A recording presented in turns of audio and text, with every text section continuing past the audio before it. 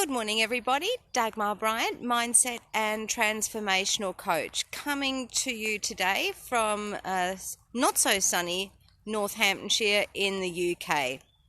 Today, I would like to talk about proactive versus reactive.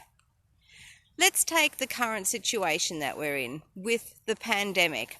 I had a friend of mine say that only a week or so ago, she and her husband were watching a video where former President Obama was talking about preparing for a pandemic.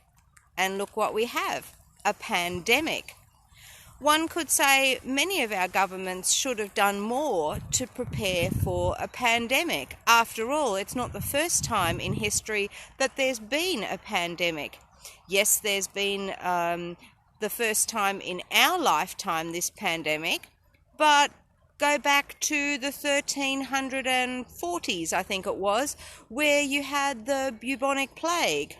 Back in 1918, 1919, there was the Spanish flu, where supposedly more than 50 million people died from that. So pandemics aren't a new thing.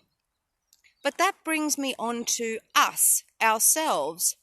What is it that we can do in our own lives to be more proactive rather than reactive?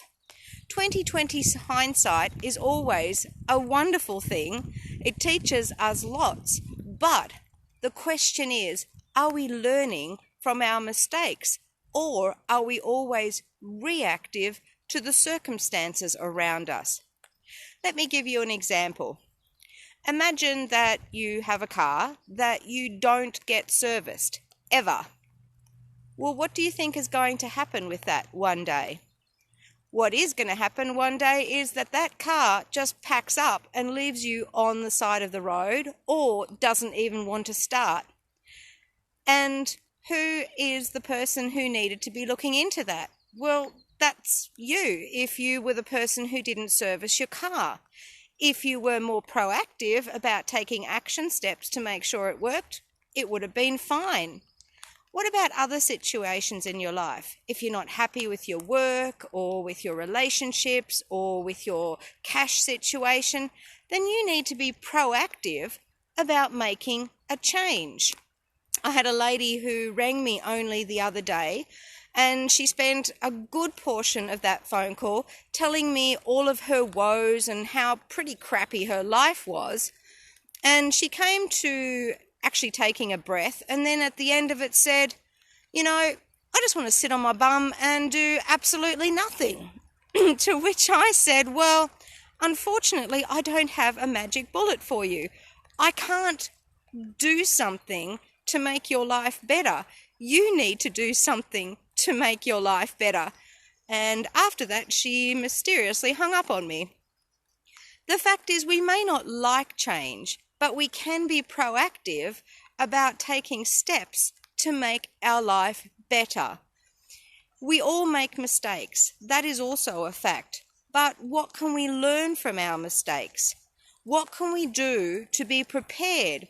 Like, for example, you're in a situation with your job and you've made a mistake and you've got an appointment with your boss because you kind of figure your boss is going to chew your ass out. Well, what can you be doing to be prepared for that meeting? First of all, you can say, hey, I really screwed up. People don't mind if you screw up. It's when you screw up all of the time that people mind.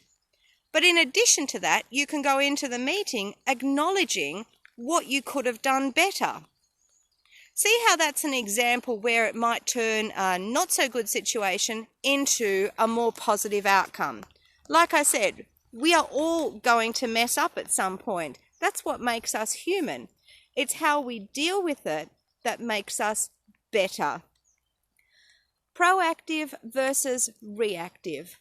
What part do you want to have that playing in your life? Thanks so much for listening, and talk to you again tomorrow.